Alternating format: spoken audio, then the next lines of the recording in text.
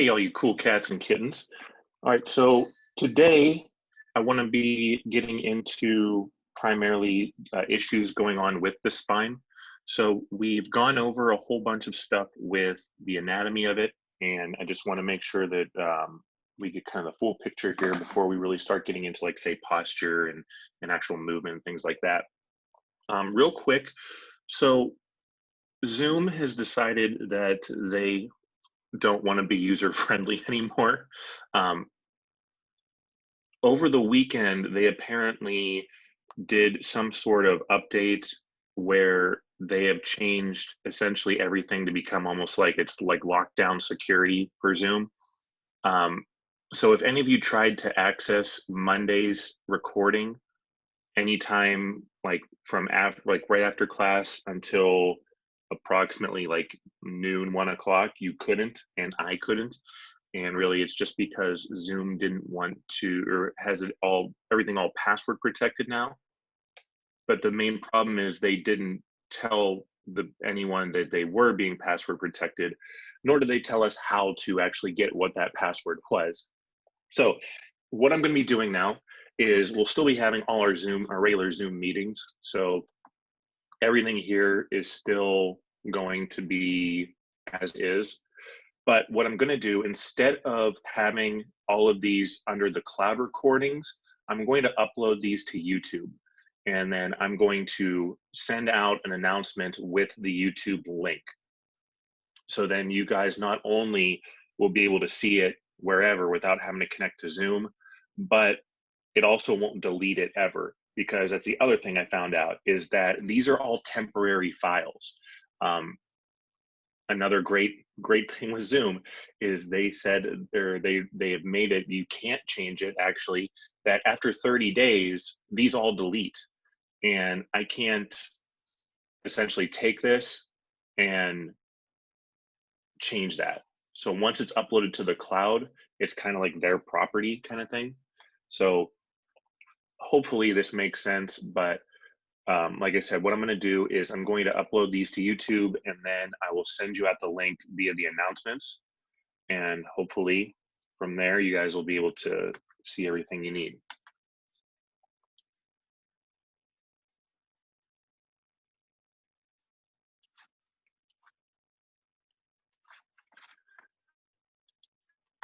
All right. Getting into the topic of today. Now, remember, I told you don't need to know anything about really the ligaments of the spine, because they're all just supportive ones here. What I do want you to know is how the different vertebrae interact with each other, meaning how do they each move. So every one of your vertebrae are connected, and they all connect one to the next. So when you move, it's almost like dominoes going. So they go one way, they go the other, but they just bend all. So everything just kind of bends, and it's typically from top to bottom. You usually can't get like bottom to top move. I guess like if you move your hips, you kind of can. But if you're making true spinal movements, it's a top to bottom movement. Now, if we're talking about like a kinetic chain here, now kinetic chains for the most part are a bottom to top movement, but that's a transfer of energy, not talking about movement of the spine. So don't get those two concepts confused here. With your spine, and granted, this here is a picture of C1, C2, and C3, but it still gives you the idea. Now, these articular facets, these are essentially what your joint would be for your vertebrae. So the facets are just where the spine or the vertebrae meet each other. So that's just the places where they stack one on top of each other. And remember, if you really want to visualize what a vertebrae looks like, take your arm, make a circle with your hand, kind of just like this, maybe. My video comes back. There we go. Your arm back here is like the back of your vertebrae. So if you were feeling down the back of your neck and the bumps you feel, that is what your arm would represent. And then the hole here in your hand would represent the canal you have, or the foramen you would have going down through the vertebrae. That's spinal canal there. So when these move, and if you stacked both hands on top of each other, that would kind of be how it works. You can move in virtually any direction as long as you keep these two together. So as long as you can still see, as long as I can still see you through these two holes here, I can move my spine in any which way, okay? The problems you get are when you can't see through the hole, if that happens. So as long as you could see through it, things are good. If you start moving in a torsion force, well, actually it's not really a torsion force, but if you have any sort of sliding there, that's when you have problems. Now, a little bit is normal. So, I have this, and if I move it just a little bit, okay, that's kind of normal. I mean, even with, like, say your pelvis, you can move it a little bit. It translates a little bit side to side. But when you're talking about cutting that off, so I can't see you anymore, that's when you have the problems. Now, your intervertebral discs are cartilage-ish discs that sit really in between all of the bony bodies of vertebrae. They're deep inside you. So if I were to draw your body, this is your head, that's your foot, and this is your back, front. So the vertebral spines are posterior. The vertebral body is anterior. And then this here is your spinal canal. So that's where your spinal cord goes. This is the most important thing, because if you injure your spinal cord, game over in terms of movement. Now, like cartilage, your vertebral discs are meant to give you cushion, support, and they allow for movement. So this is how you actually can move the different vertebrae without having to move it all as one unit. So this is how, like, one can move. So like this can move without this one having to go with it. It's because you have this.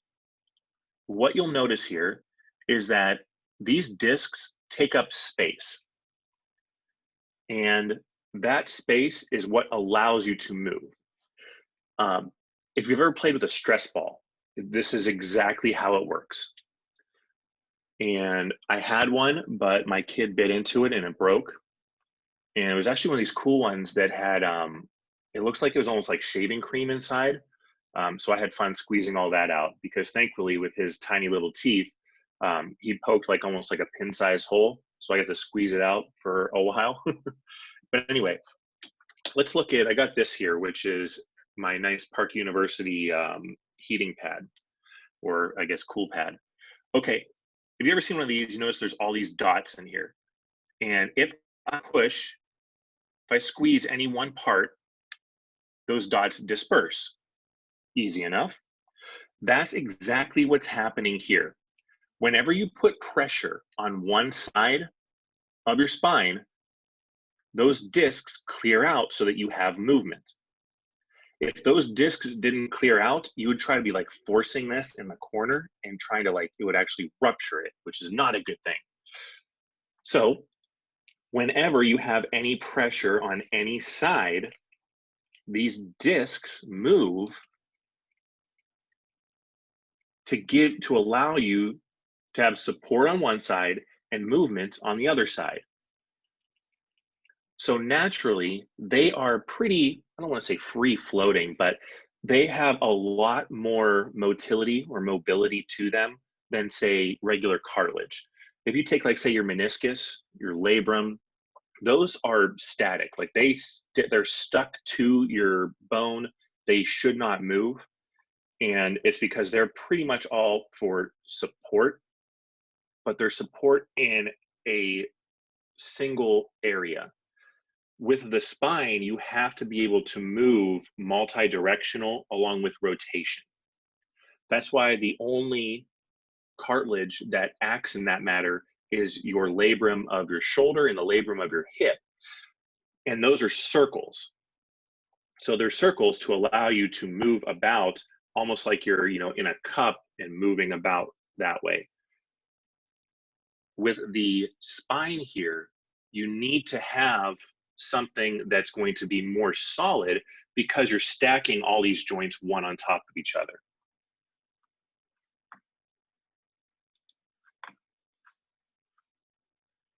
So hopefully you're still with me here. Now, there are two parts to your intervertebral discs. You have this inside part and this outside part here. So if I was looking straight down on it, this is what my intervertebral disc would look like.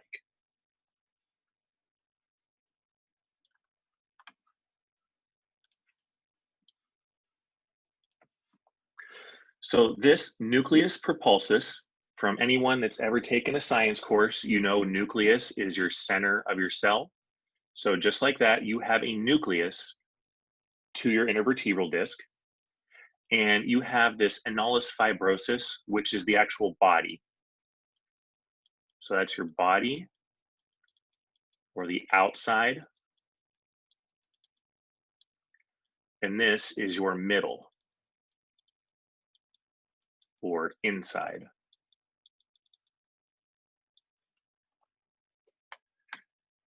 Now, what's actually moving when we're moving these little pieces here, so when I'm actually moving all these, the nucleus is what actually moves about, okay? So if you notice, the outside of this, the container, turn around so you could read the park, the outside container stays the same. It doesn't matter how I move all these dots in the middle, that outside container is still the exact same shape, which is exactly how your spine or your discs work. The outside doesn't move. The annulus fibrosus doesn't move. The nucleus is going to shift. It shifts all around. So it adds more bulk to one particular side. So I lean to one way and I get a lot of thickening here. So you notice how this side is a lot thicker now. There we go. This side, a lot thinner. I can move it back to center and everything is all roughly the same thickness, but that's how they're moving. So that nucleus shifts about throughout the body of your disc, and it just allows you to get more cushion on one side and then more space on the other side to allow for full movement. Pretty simple there. Now, another thing to kind of keep in mind is your spinal cord is about the size of a pencil. It's like a number 2 pencil, which I don't have because who writes in pencil anymore? But if you take like a regular pen, even, that is the size of your spinal cord. Now, granted, it goes all the way from your head down to your low back, but this is all the thicker it is. So even, if you took like your pinky, like the tip of your pinky is a little bit too big. So that's what your spinal cord is, a little bit less than the diameter of your pinky. Needless to say, you need to have a lot of protection to it because it's so small and it's pretty fragile. Now, things that can go wrong. The main thing that we have that's a problem is if we get a disc herniation. You may also hear this as like, say, a slipped disc, a bulging disc. Either way, anytime you're talking about an injury to the disc, The injury itself is occurring to the nucleus. So on this next slide here, not that one, this one, let me just rearrange that real quick. You'll see here, this is what your normal intervertebral disc looks like. And again, I'm looking straight down on it. So this would be called a cross section. So it would be like if I cut straight across and then looked down on it, that's what I would see. That's what it should look like. When you get a herniated disc, and they're not really coloring this to give you contrast here, but you notice that this bulges out, or it's kind of gets out. So now if I take this and I were to cut open, let's say, a piece of this and squeeze, this would come out. That's not a good thing because we want all of this to stay inside. Herniated disc, you essentially tear a piece of the body and allow the insides to squirt out. So that's all a herniated disc is. Your actual definition is that you have a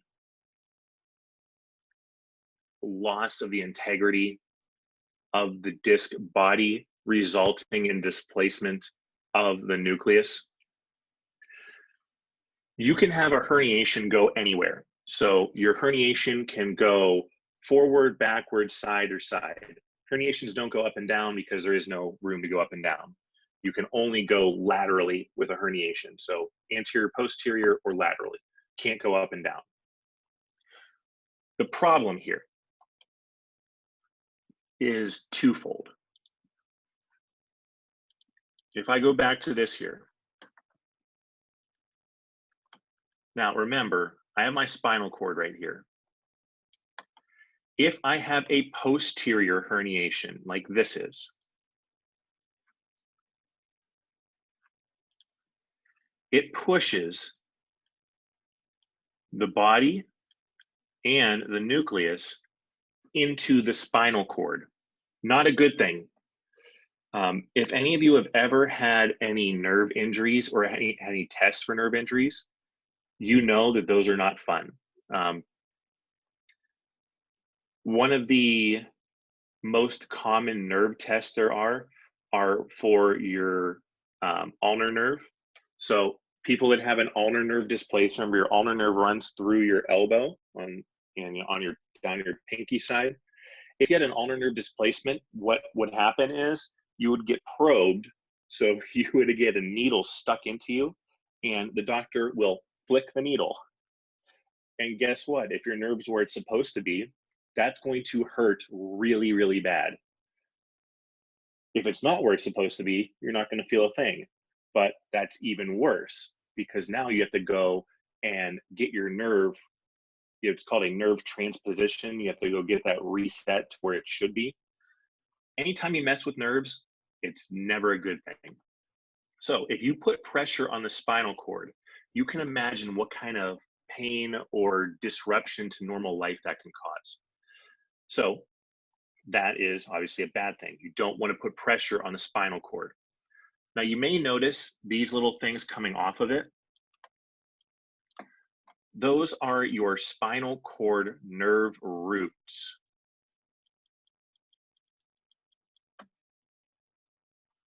So your spinal cord, if this is my head, and hopefully I don't make this look too much like a penis here, and this is my spinal cord, coming off of it, it branches off all over to then get to the nerves to the rest of your body. If you get pressure on any of these, that won't be as bad as getting pressure directly on the spinal cord, but it'll still have similar results to it. So really, that's the major problem you have with having a herniation in the disc. If you herniate anteriorly or laterally, not as big of a deal. A lot of people have herniations that go those ways and don't even notice it, because if there's no pressure on the spinal cord, usually you're asymptomatic, which is not a bad thing. It's like the majority of all baseball players, once you reach about age 18, have some sort of degenerative changes in their labrum and or rotator cuff. And most people don't notice it. Now, the other couple things we should note here, there's 4 other types of really disc issues we want to be aware of. Spondylolisthesis. This is where you have a disc displacement anteriorly. So this would be like if your whole disc shifted outward. It doesn't mean that it herniated. So the nucleus typically is intact, but the entire disc shifted. So it actually like kind of dislocated. So think of a disc displacement almost as a dislocation. Spondylosis, that's your disc degeneration. That just means my disc starts breaking down. And it can be from a number of things. It can be overuse, it can be genetic, it can be as a result of an injury. The most common condition you'll see with this is called triple D, which is degenerative disc disease. That's just where your disc breaks down. So just like the cartilage in your knee wears away, the cartilage in your intervertebral discs can wear away. And spondylosis, spondylolysis, there we go. There's a lot of these putting Y's and L's together that makes sometimes pronunciation a little bit difficult. Lol. But spondylolysis, this is where you have a fracture in the vertebral arch. So these here, your vertebral facets, if there's a fracture in those, that is where you would have this spondylolysis. All right, so any questions on disc issues? No. Great. Now, I actually just found this picture today, so it's actually not to me, but it was kind of nice, so I put it in there. Anyway, there are a few different spinal issues we have to look at. Now, I'm not really going to get too much into like spinal cord injuries because that's going to be for a different class. But rule of thumb with a spinal cord injury, wherever the injury is, you have deficiencies or defects from there down. So if I were to injure my spinal cord, say at C7, everything below C7 would be affected. If I were to injure myself at L5, so right kind of where my belly button is roughly, everything below that is going to be affected. Now, this here, ankylosing spondylitis. This is a degenerative condition with the spine where your spine fuses together. Whenever you get a spinal fusion surgery, you do that to stabilize the spine. And we'll look at that in a minute here with the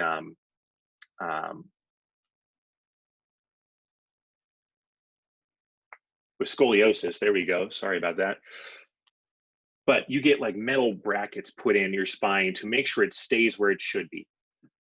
Well, that's good and all when you intend to do it. If your body does that on its own, you can see how that can become a problem, because wherever your body decides that your vertebrae are going to be fused, that's what you're stuck with for life.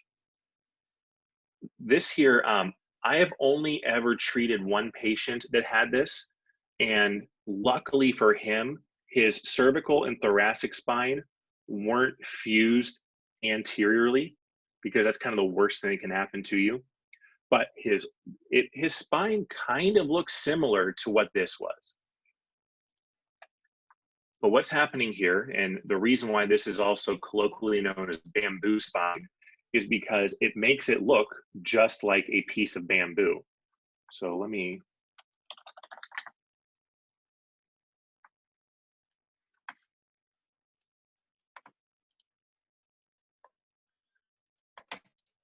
So if you look at the segments here with bamboo, you can see how that's all very rigid. Well, each of these segments, that's like your disc, and this is like the vertebral body.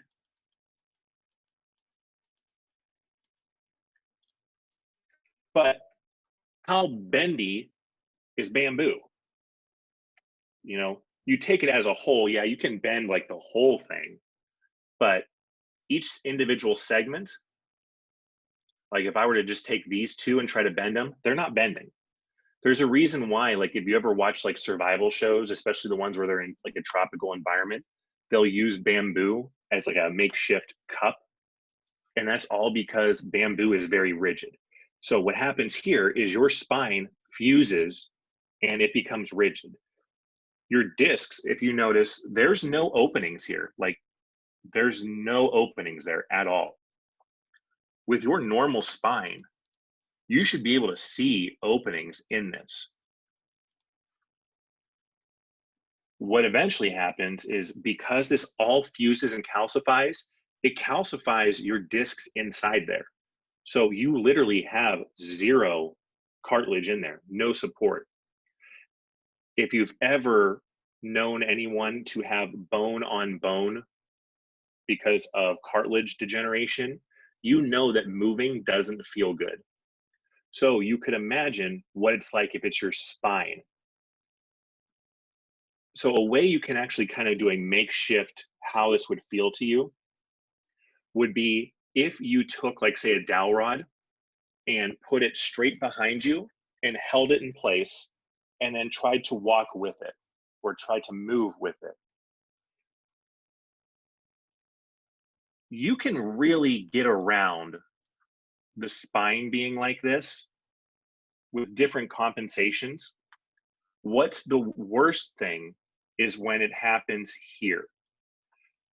When you have the sacrum fused to the pelvis, now my problem is I can't bend.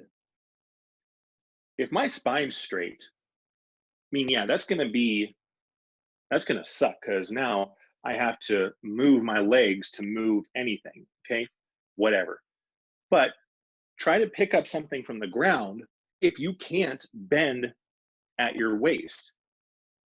Now you have a serious problem because that is really what's going to limit most all of your mobility is when it happens to the bottom. And surprise, surprise, take a guess on where this disease typically starts.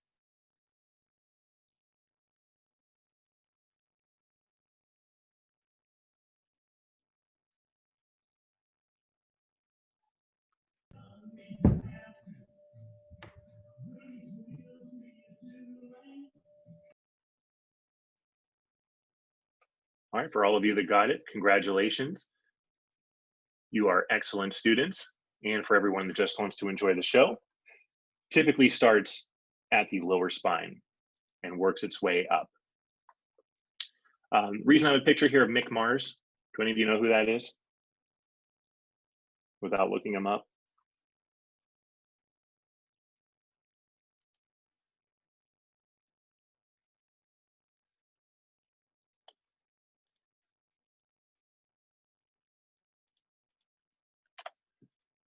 Man, I feel so terrible now. Mick Mars is the lead guitarist for Motley Crue, and he also has ankylosing spondylitis, diagnosed at a very young age. However, his progression of it hasn't been terrible. Now, function-wise, the worst thing that can happen to you is loss of the SI joint. If you lose the SI joint, you can't bend. Health-wise, this section here, your upper T-spine and your C-spine are the most important, because if I get fused where I am bent over, I've actually seen, I've seen someone have it where his entire upper back was like this. So it was almost like it was cupped forward. His lumbar spine was straight, And then he was bent over like this. Literally had his head or his chin touching his chest all the time. That presents obviously some big problems with, say, eating, swallowing, breathing. Even worse though, when you do this, when you bend over, you compress your lungs. When you compress your lungs, you're really reducing your ability to be able to breathe and breathe well. So it puts you at a very, very high risk of developing pneumonia. And the majority of the senior population that gets pneumonia usually ends up dying from it. It's very bad because it'll progress quickly. That's why if you're age 55 or older, you should be getting a regular pneumonia shot or pneumonia vaccine, which is once every 5 years. I'm all for that. But anyways, that's your two big complications with that, outside the obvious loss of mobility. Now, we have 3 types of spinal malformations that you should know: kyphosis, scoliosis, lordosis. All these mean are the spine is moving in a position, or it's moved to a position that's not normal, which isn't, good. If you see this term here, stenosis just means that you have a narrowing of your spinal canal. So instead of that spinal canal being like a pencil thick, now it's going to narrow into something smaller. This could either be from like degenerative changes. You can also have it from arthritic changes where arthritis kind of moves that together. It can also be a congenital defect, but stenosis just means that you have a narrowing of the spinal canal. So I take that back. It's not, your spinal cord doesn't change size, the canal changes size. So your canal is now pressing closer to your spine. Instead of having some wiggle room in there, it's very, very close. Now, kyphosis, scoliosis, lordosis is where I want to kind of finish up today. Kyphosis refers to your thoracic spine.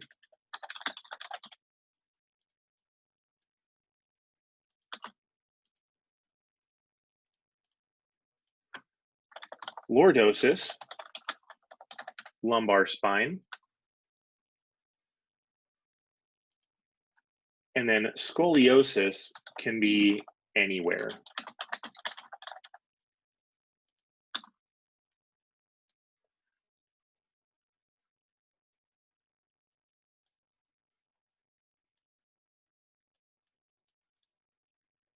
So I'm sure you've all heard of scoliosis,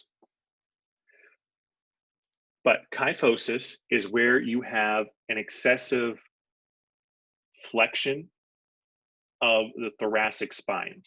This used to be known as a dowager's hump, or people that had a hunchback, but as the picture shows in the top right there, what's happening is that you're getting this excessive lean forward of the thoracic spine. So you have a rounding, like your thoracic spine is rounding off. It may or may not be accompanied by cervical issues. So if you notice with the guy in the picture here, he has a relatively straight C-spine. I mean, yeah, it's moved a little bit forward. So he's got it kind of protracted a little bit, but you have this big rounded back. That's the key feature there, is having that big rounded back. When you see people leaning over a lot, especially when they're walking, that's your sign of kyphosis.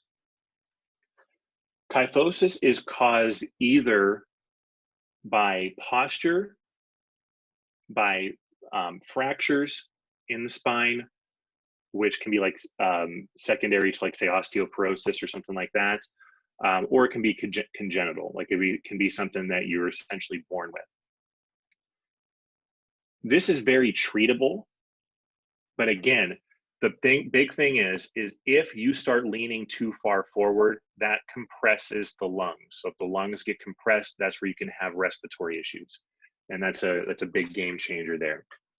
If you have fractures in the spine, which are causing that to happen, what you'll get done is you'll get either like a cement put in there, or you'll get some sort of support in there to get those bones to become more erect so that then they can heal in a better position. Very rarely do you get like a fusion surgery for that, but you can sometimes get a kyphectomy. Anytime you see the suffix ectomy, it means they're cutting something off. Like an appendectomy, they cut out your appendix. A meniscectomy, they cut out your meniscus. So ectomy means they cut it out. Occasionally they can do that if they want to take off some of the spinous processes of that there. But you're usually going to see the term kyphoplasty. So a kyphoplasty is where they would inject, and by they I mean surgeons, would inject a cement into the body of the spine and then fill it up so that it gets back to its normal shape. And then if you have its normal shape, it should straighten you back out. Lordosis is where you have an exaggerated lumbar curve. These are the people you'll see with the big pot belly sticking out, but it's not that they have a big belly, it's that their spine is deviated. So you're going to get this anterior deviation. The hallmark sign there is you see the butt pointing almost straight up. So if you look at me, and I'm not trying to, model for you here or anything, but normally, relatively flat, here. But if I stick that out, you notice how high my butt moves up. And I'm not trying to get you to stare at my ass or anything, but just to give you the idea. Nothing to do with your belly. People that are morbidly obese still usually have a good, lumbar spine. But if this happens, you have an excessive curvature in the lower spine. So that excessive curvature, which can be a result of having like disc issues or anything like that, that is what gives you the problem there. Nothing to do with like weight or anything like that. It's just the lumbar spine curves anteriorly, so it pushes you out. And then scoliosis is a lateral deviation in the spine. So if you notice, this is what a normal spine should look like, straight up and down. With this, and you can see right here, that's C7. So remember, the very first notch you feel in the back of your neck, that's C7. And you can see hers plain as day there. And you notice when we go down from it, it goes down and then takes a nice big old left turn there. There's differing definitions of how much or how big, I guess you could say, a defect would be, or how big of a movement you would need to get a diagnosis of scoliosis. Typically though, if you're at about 30 degrees deviated or higher, that's when you're going to have problems with it. Sometimes you can get a diagnosis around like 10 to 15 degrees of deviation. And I mean deviation from center. So this is 0. And if I went out like this, so like with her, you're measuring the degree difference between where straight should be and where she actually is. Okay, so that's where you would get that diagnosis there, how big of a degree separation there is. A lot of kids get this. You can develop it later in life, but usually it's something that manifests itself earlier in life. If you catch this early, you typically can use like a series of braces, like back braces, that will actually help to straighten the spine out. And it works this way because as you keep growing, you're forcing the spine to grow straighter. If you didn't have any support, it would grow whichever way it's going to go. Once you get to adulthood, so after your last growth spurt occurs, which can be anywhere from, age 15 to 25-ish. Once you're finished growing, you're stuck with what you have. Braces really aren't going to work for you. So the only other thing that they would do, or that can be done, is to fuse your back together. So typically what you would see is an insertion of metal rods like this. It would give you a slight correction of it, but mainly it's so that it prevents you from getting any more movement outward. Let me see if I can find a picture of this real quick.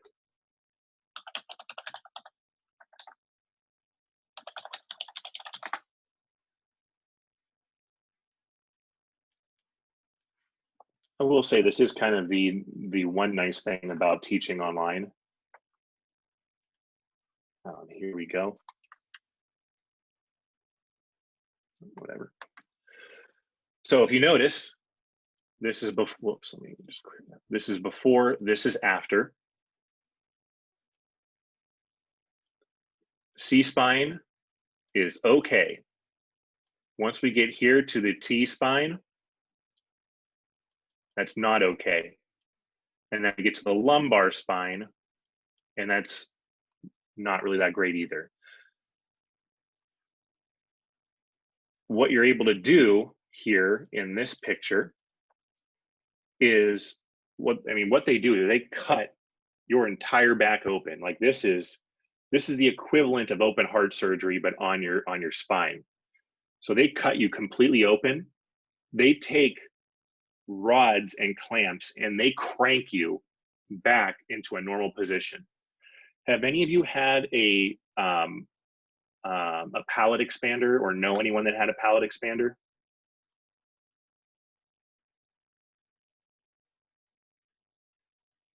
Nope. Do you know what one of those is though? No. Okay, so a palate expander, I'll pull one of those up for you.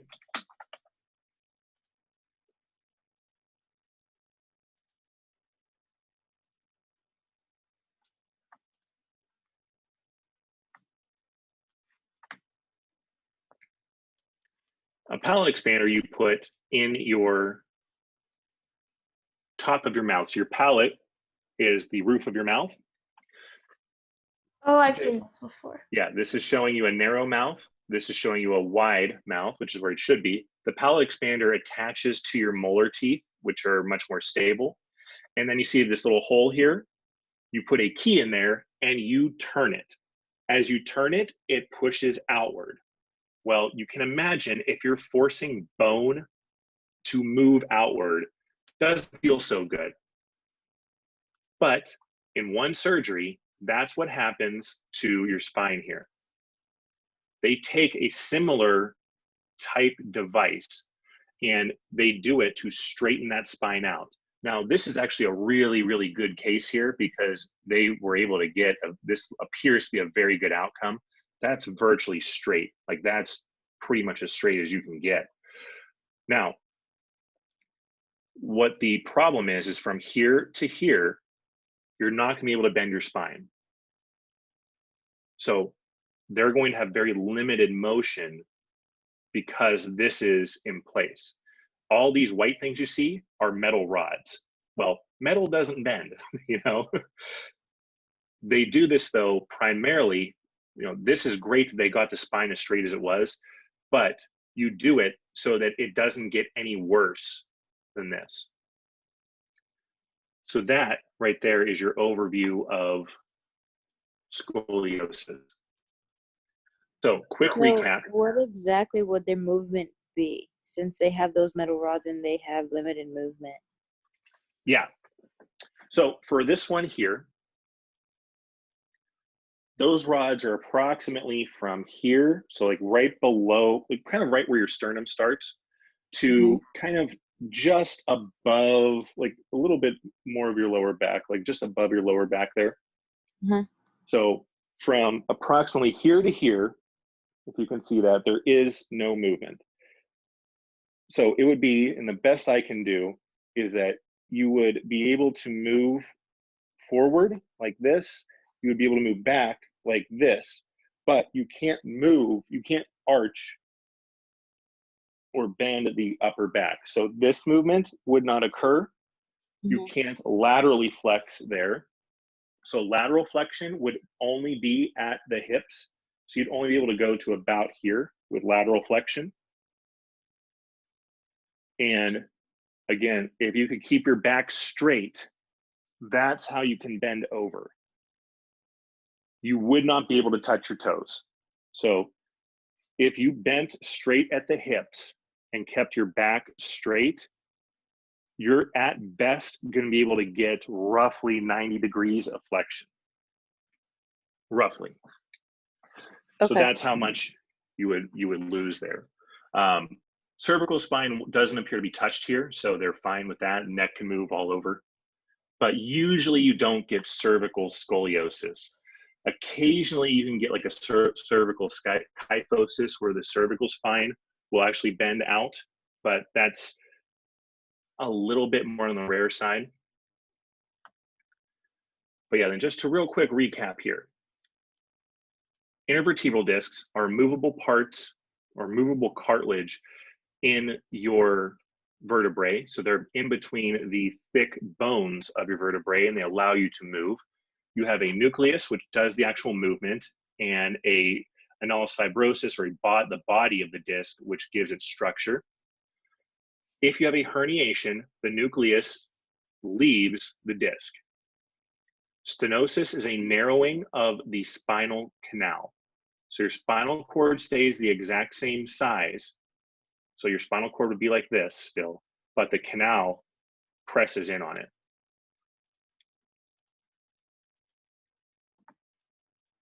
Spondylolisthesis is where you have a disc displacement. Spondylosis is when you have any sort of disc degeneration. And spondylolysis is where you have a fracture in the vertebrae. So when you talk about, like, say, bioenergetics, like you talk about like glycolysis, lipolysis, proteolysis, anything that says lysis at the end means it's breaking down. So in this case, you have a fracture of the actual facet joints in the spine there. Ankylosing spondylitis is where you have bamboo spine. So that's where your vertebrae fuse together. And then kyphosis is where you have the abnormal hump or rounding of your upper back, so your thoracic spine. Scoliosis is where you have a lateral deviation of the spine, and that can be really anywhere. And lordosis is where you have an exaggerated anterior translation or an anterior curve to the lower back. All right, so any questions on any of that?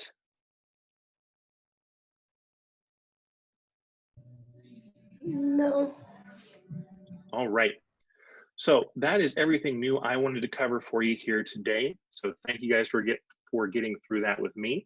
Look for the announcements. I will have this posted here. It usually takes about a half an hour to both convert this and then upload it to YouTube. But I will post this in the announcements as soon as I can get that up, and then you guys will be all good to go. Just a real quick reminder with your homework.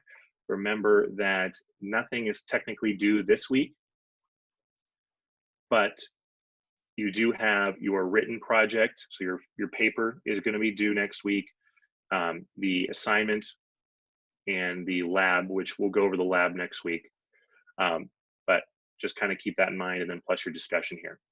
So nothing due till next Sunday, but just kind of, maybe start getting a little bit of a move on it so you don't have to worry about last second. But again, that's everything I have for you there. So thank you for getting through that with me, and I will see you all hopefully on Monday. Thank you.